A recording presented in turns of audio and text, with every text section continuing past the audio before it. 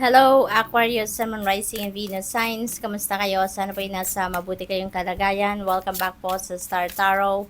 Kung bago kayo rito, welcome din kayo. Thank you sa inyong support. I truly appreciate it. God bless you all.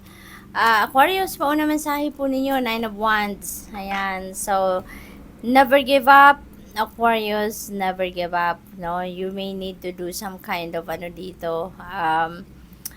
perseverance, no? Mag-persevere pa, huwag kayong sumuko kahit na merong mga um, pagsubok na dumating along your journey kasi natural naman, 'di ba? Wala namang perfect journey sa buhay natin. Natural na meron tayong paminsan-minsan nararanasang obstacles, may mga paminsan-minsan nararanasan tayong mga problema, no?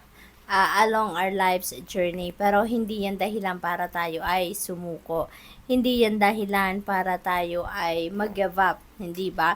Bagkus, mas pairali natin yung positibong pag-iisip, positibong outlook. Nakarating na tayo to this point, 'di ba? Aquarius, para isuko natin ang laban, hindi ba?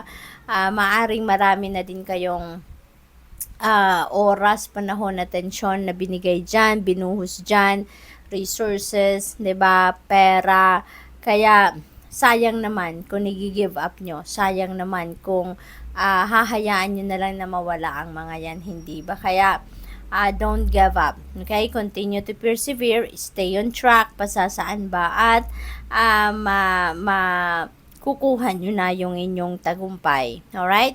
9 of Wands na to, Aquarius, kumbaga, one step forward na lang ang kailangan ninyo at nandoon na kayo sa inyong success. Alright? What else? We have Page of Cups. Ayan. So, Aquarius, this is good news coming your way. Aquarius, meron mga bagong ideas or information na paparating sa buhay ninyo at this time.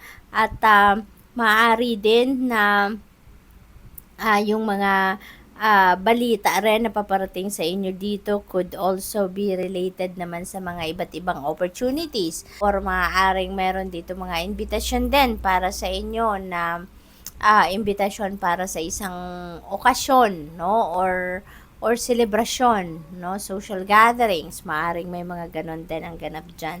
There is kilig factor din dito, Aquarius, so maaring dyan sa mga celebration or social gatherings na pupuntahan ninyo, baka merong, for some of you, no, if you're still single, baka makilala ninyo dyan yung inyong future na maging ninyo, jowa, Five of Cups, ayan, ang iba sa inyo dito, siguro merong mga financial problems na pinagdadaanan, may mga hardships, no, na nararanasan at this time pang kaperahan. So, maybe ang iba sa inyo is experiencing financial difficulty, hard times, may mga troublesome situations siguro na nararanasan ng iba sa inyo, lalo-lalo na pagdating sa pera.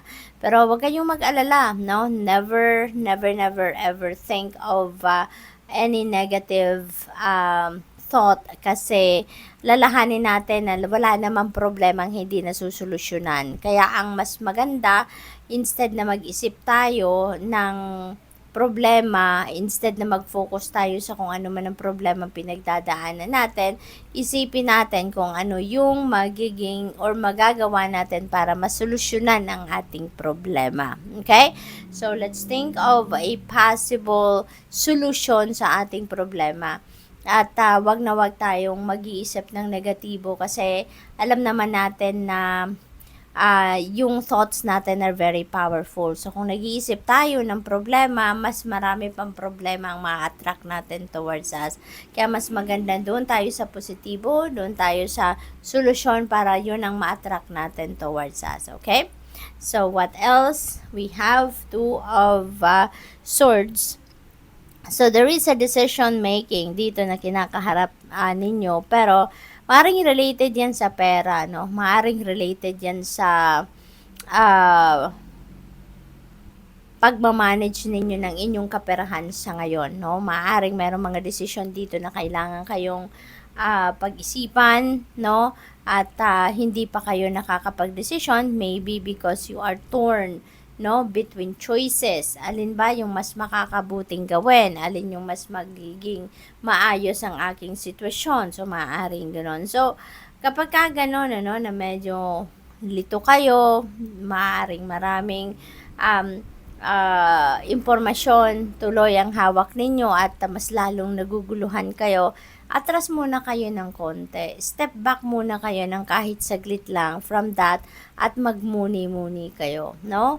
Ask God for guidance, ask your angels for guidance, no? And clarity of thought para nang sa gayon magkaroon kayo ng kalinawan sa inyong isipan at makatulong sa inyo na makapag-desisyon kayo ng mas maayos. Okay?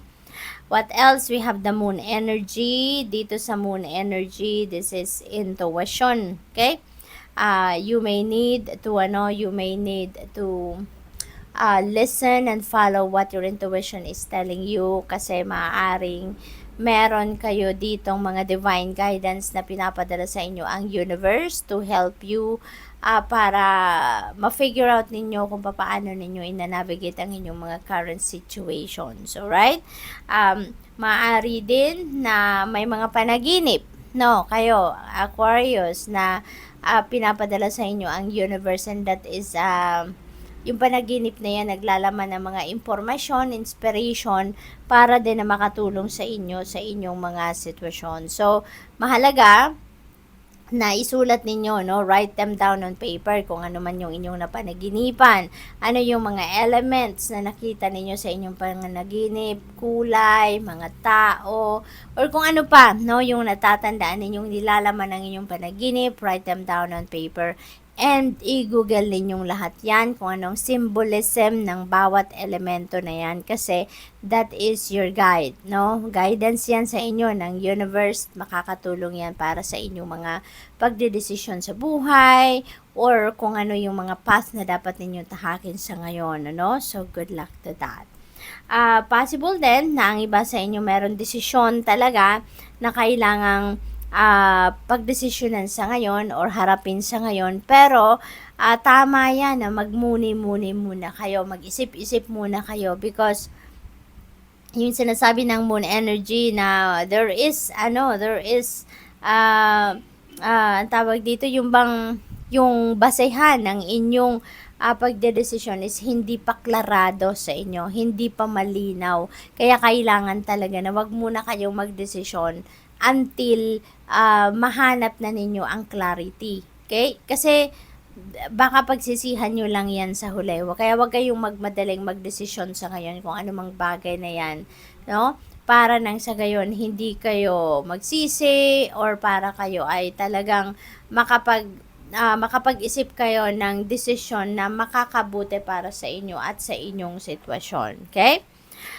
We also have Knight of Swords. Dito naman sa Knight of Swords, things are going to change rapidly, no? Things are going to move faster, quickly, at saka merong mga pagbabago dito na mangyayari na mabilisan, no? Kaya, kailangan din dito na magta-trust, no? Kayo sa iyong intuition. Kasi, maaring dahil sa bilis na mga pangyayaring ito, you won't be able to think ng mas matagal-tagal pa, na makapagnilay-nilay pa kayo. Maybe may mga ganong sitwasyon dito na hindi na kayo mabibigyan ng ganong pagkakataon. Kaya, you will still be on the right track, no, if you're going to listen and follow to your intuition. Kasi, i-guide kayo nito kung saan kayo dapat, kung alin ang dapat ninyong gawin, or saan kayo na path dapat pumunta. Okay? So, what else? We have Ten of Swords. Ayan. So, tens represents endings and beginnings. Kaya meron ditong magtatapos na sitwasyon. You're going to cut cords na dito sa ibang sitwasyon sa buhay ninyo at handa na kayong magbagong buhay, handa na kayong mag-move on dito sa inyong sitwasyon. So, this could be something na kung ano man na nangyari dito, nasaktan kayo dito. Maaring sinaktan kayo ng ibang tao dito emotionally, no? Maaring merong isang malaking kasinungalingan, dito, meron ditong chinismis kayo, siguro may failure, dito na nadamay kayo, or maaring niloko kayo ng kung sino man dito na talagang nasaktan kayo ng bonggang-bongga dito. But maybe for the longest time, hinarbor ninyo ang sama ng loob na yan, as in, nagtiis kayo sa sitwasyon na to for so long kasi nasaktan kayo ng todo-todo, at maybe yung taong nakasakit ng inyong damdamin dito ay mahal ninyo sa buhay, kaya parang hindi kayo makapag-move on dyan for the longest time because you didn't expect na masasaktan kayo ng mahal ninyo, hindi ba? But ngayon, you are going to decide to put an end to that, no? Parang magkakaroon kayo ng kalinawan sa inyong isipan ngayon na enough is enough, tama na, 'di ba? Kasi parang pinahirapan nyo na din dito yung inyong sarili. Okay? So, tingnan natin kung ano pa ang ganap. We have angel number 111. Ayan. So, intuition talaga. Aquarius, your intuition is on point at this time. May mga gabay talaga na binibigay sa inyong universe ngayon to help you sa inyong sitwasyon. Kaya make sure, no, na pakinggan ninyo lagi at sundin ninyo ang bulong ng iyong intuition. Sabi dito, time to implement long-cherished ideas. Yan, kasi sayang naman ng ideas ninyo, nandiyan lang sa isip ninyo. Take advantage of the opportunities around you sa ngayon. Gamitin ninyo, no? Take advantage ninyo yan dahil nandito na ang opportunity ninyo para may sakatuparan nyo na kung ano man ang mga ideya ninyo. You're on the right track toward making your dreams and visions a reality. The right people, circumstances, and resources are being sent your way. Happiness and new opportunities are at hand. Trust in the process. So good luck. Thank you for watching. Love and light. Namaste.